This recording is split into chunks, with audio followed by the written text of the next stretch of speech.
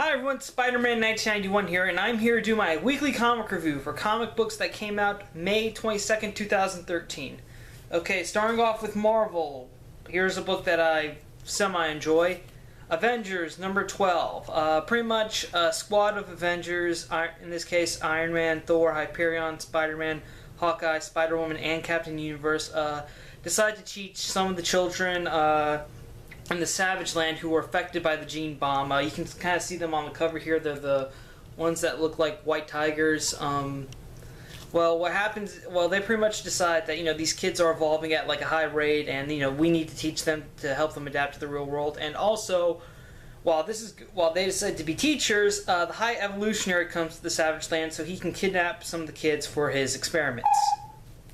Avengers, really, this is a series that it's not terrible, but I think single issue wise, I think you're better off getting this in trade rather than single issues, and I think I might do that after a couple more issues with Avengers. I'm just probably gonna stop getting this altogether and just start waiting for the trades to come out, because those seem like they would be much easier to read than the single issues, because Hickman's run is slow, really does move at a slow, almost steady pace. And right now it seems like we're in the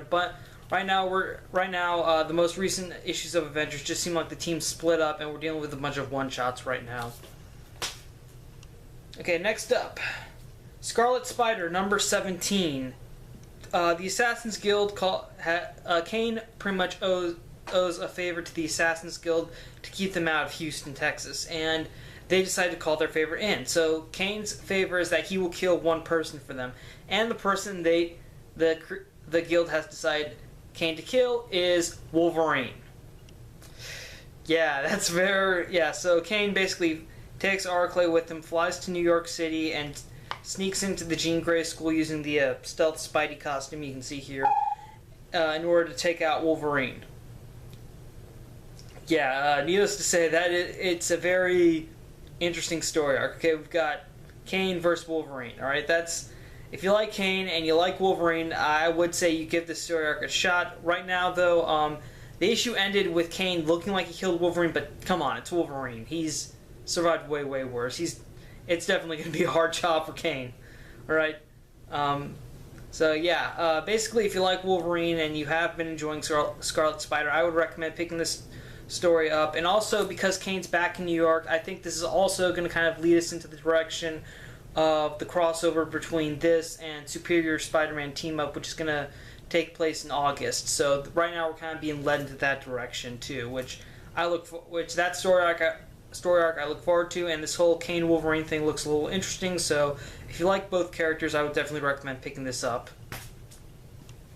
Young Avengers, number 5. Alright, Loki is actually didn't actually bail. He actually developed a spell to help the Young Avengers counteract the effects of the Mother's parasite. Basically, they're able to destroy the resurrected forms of Marvel Boy and Miss America's parents, and then they're able to get out of Central Park. And right when they leave Central Park, the parasite loses her strength, and suddenly all the adults in New York City get back to normal. Of course, though, right when they're out of the city, Loki reveals to them that as long as they stay away from the place where their parents are, or where their parents died, then they can't come back. Then Mother has no power over them, and they need to stay out of New York until they can think of a better plan to get rid of the problem permanently. So basically, the issue ends with the kids leaving New York and deciding to pretty much figure something out to defeat the Mother parasite, and pretty much just going on the road. First story arc, well, I don't want to say it's terrible. It's definitely open-ending, very interesting. I do know that Speed and also a former X-Man Prodigy are going to appear in the next issue, so I am still a little curious about how they are going to deal with this whole problem in New York with the parasite and everything, how they're going to get rid of it permanently. But overall, I think I'm not like overly excited about this saying it's the best thing ever, but I'm still a little more interested in this, where I want to see what happens with with the team and everything, and whether or not they will get Speed or any other Young Avengers are going to make any other appearances, which I hope they do. But nevertheless, right now the first story arc has ended, and I think the first trade is going to come out in August. So when you get if you want to give this a shot, then wait till August when the first trade comes out. I do recommend this series though for young readers who are interested in the sort of teen hero genre. That's probably the only real reason to pick up this book right now.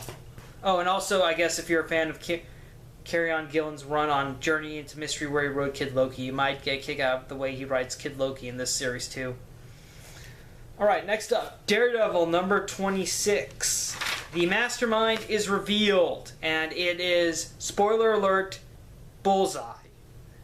That's right, it's been Bullseye the whole time. Matt's able to figure this out after walking through everything that's happened with Foggy, and he figures out that it's Bullseye. Of course, Matt doesn't believe him, but Foggy points out that after you supposedly killed Bullseye, no one found the body, and the Hand did try to resurrect him. So Bullseye did come back, but he's stuck in an iron lung. Thus, instead of going out there trying to kill Daredevil himself, he's stuck being this criminal mastermind strategist, sending other people to try to do his dirty work. And fortunately, by the issue's end, Daredevil is able to find out where Bullseye is, and he confronts him. But right when Daredevil says, you being trapped in an iron lung right now, not being able to use your body, it's a very fitting punishment. Ikari arrives in the room, and that's where the issue ends. Okay, well, Bullseye. At first when I heard this, I was kind of like, wait, it's Bullseye the whole time? How does that... Oh, wait, and then I kind of started to realize that, he's in Iron Lung. This isn't the same Bullseye we've read before, who would just, always try to... Who's this sort of assassin, has a reputation for always hitting the mark.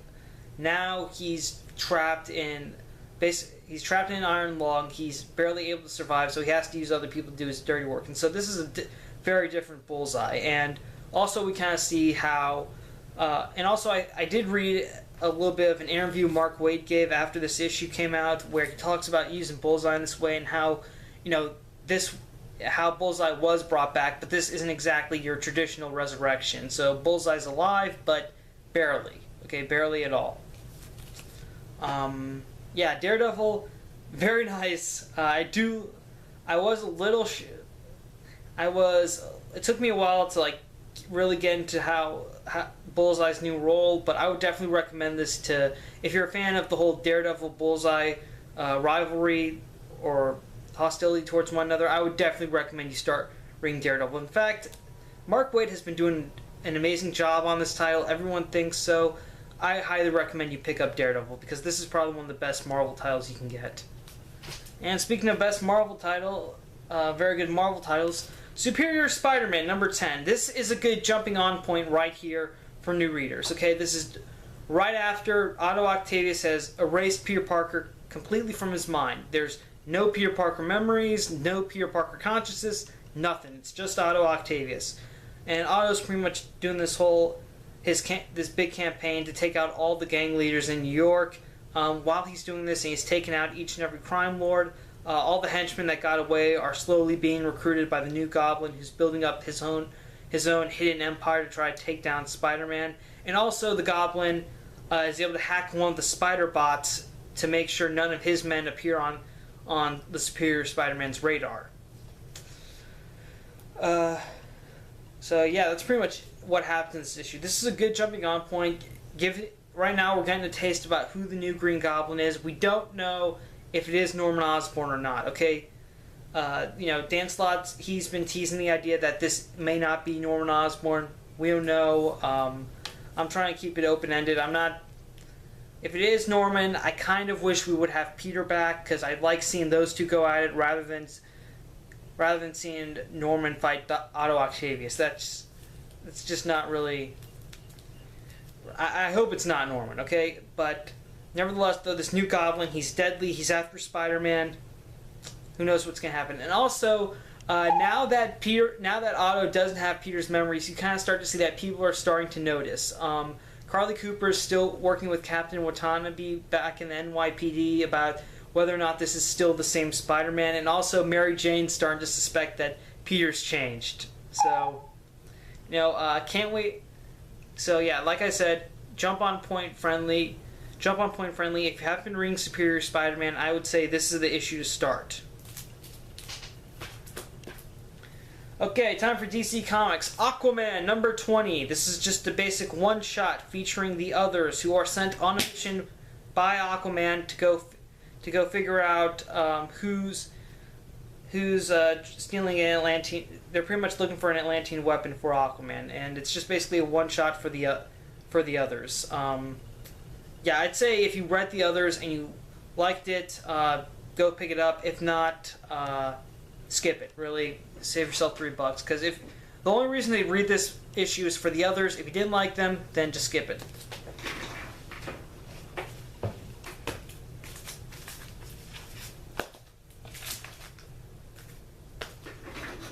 Yep, sorry, a pile of comics spilled over. Anyways, Superman, number 20. Superman fights Orion in this issue, and after they fight, Wonder Woman breaks him up, and Orion tells Superman that he's looking for Hector Hammond, and using Wonder Woman's lasso and Orion's mother box, they're able to find Hector Hammond's consciousness inside Superman's mind, and with the mother box, they're able to get him out of Superman.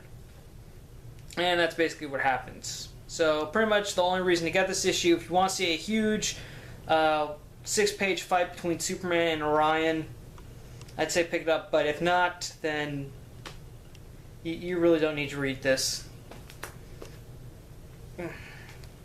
Okay, next up, Flash, number 20.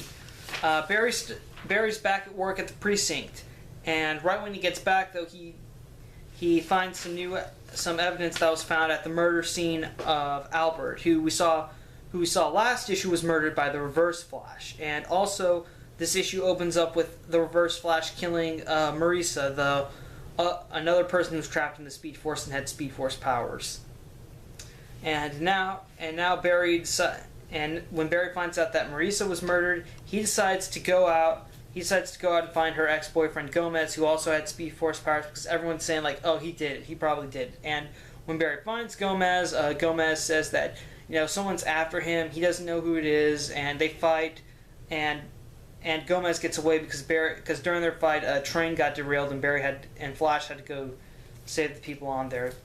And, of course, after Flash deals with the train, he heads back to the precinct. He takes another look at the device found near Albert's murder, and he discovers that it's actually a 3D recorder. And he's able to watch what happened to Albert and slow it down a bit so he can try to get a good view of who killed Albert. But it's not really that good of a view. So basically the attacker's still just a blur. But Barry is able to make out one detail, which is the backwards Flash symbol.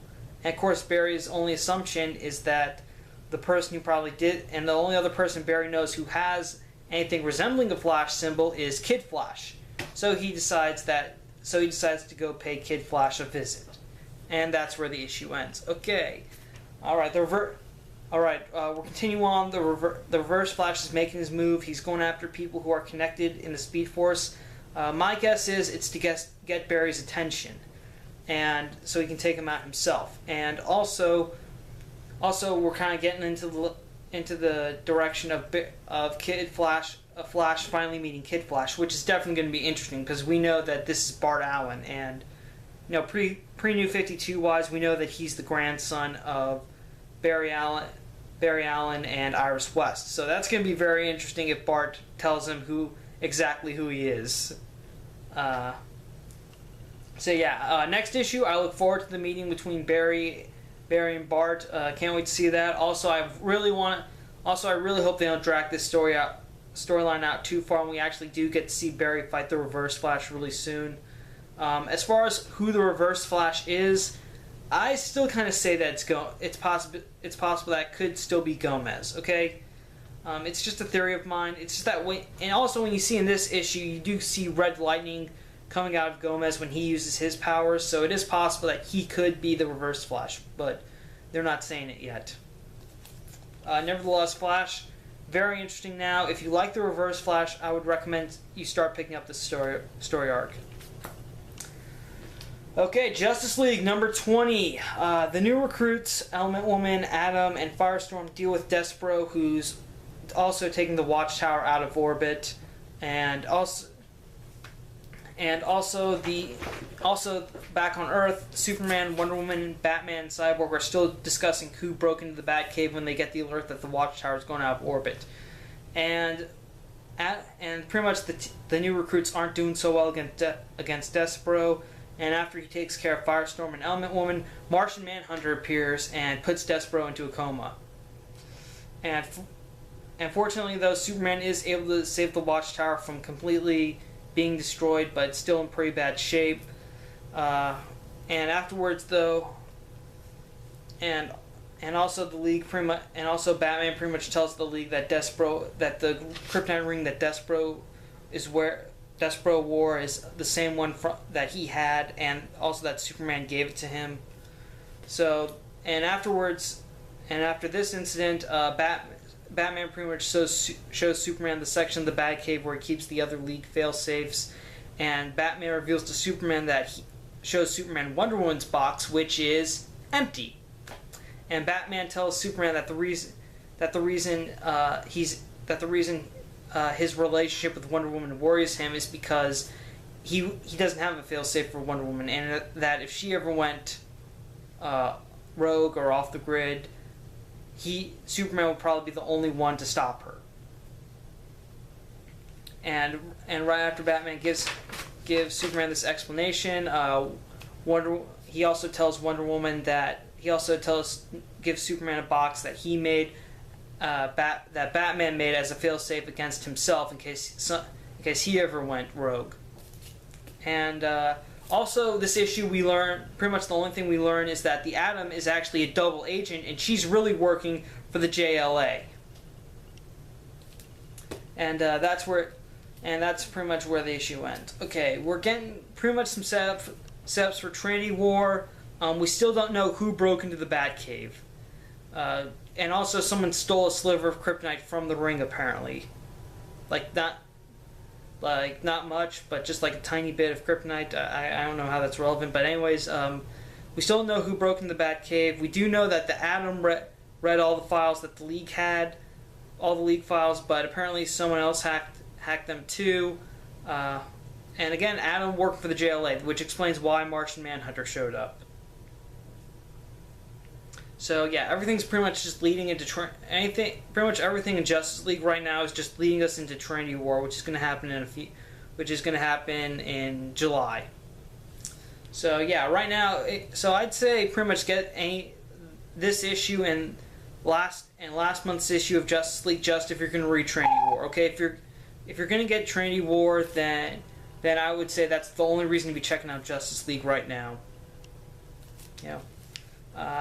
But overall, I'm very interested in Trinity War. I do like where this is going. Can't wait to see what happens when all the different Justice Leagues finally meet each other in a way.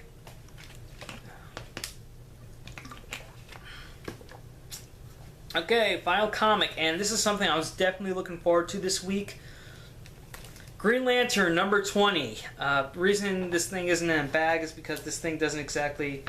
Well, this is very thick, and, well, not very thick, but it just really won't go into my usual sized bag, so. Anyways, Green Lantern number 20, I don't want to give a lot away, but this is pretty much the finale for Jeff Johns' run on the title. He pretty much concludes everything he started on Green Lantern Rebirth right here. And all I can say is, if you read any of his work on Jeff Johns' work on Green Lantern and you loved it, you owe it to yourself to pick this up. Okay, I mean, it's a very big finale. It's very well written, ties everything together. It's wonderful. I really enjoyed it. I give it 5 stars. I'm gonna do an in-depth review of this on Dark Avenger Inc. Plus, where I'm gonna go into the plot more and show off some stuff inside the book, but.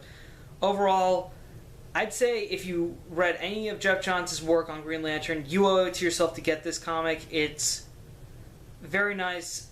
I would definitely say it is worth $8. It really is. And there's also a ton of thank yous that that other people from DC Comics wrote in saying that, oh, thanks Jeff, you did a great job.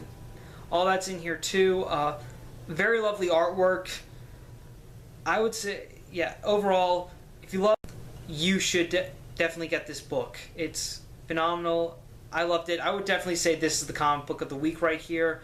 I mean, Jeff Johns' run made me a Green Lantern fan, and I'm really sad that it's ending. But you know, overall, this is definitely some of the best Green Lantern work I've ever read. A lot of my favorite Green Lantern stories came from Jeff Johns, and this is definitely a well-deserved, very nice conclusion. I would highly recommend people check this out.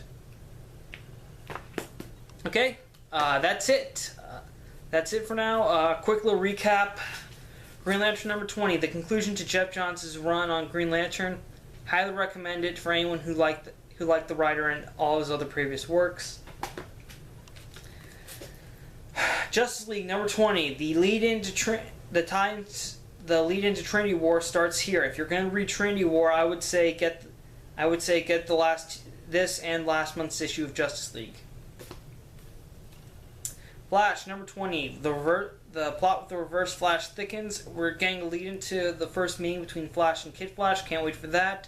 If you do want to check that out, then I would recommend getting this issue first. And get the story arc too if you're interested in the Reverse Flash. Superman number 20. If you want to see Superman fight Orion, pick this up. Aquaman number 20. If you liked the others at all and you want to see more of them, then pick this up. If not, skip it. Superior Spider-Man number 10. Good jump on point for new readers. If you haven't been reading Superior Spider-Man, I do recommend it. It's a good series. Start right here with number 10. Daredevil number 26. Bullseye's back. Not in good condition though. I would definitely recommend checking this out if you like Daredevil or Bullseye. Young Avengers number 5. The first story arc concludes. Very little open-ended, but it works in a way.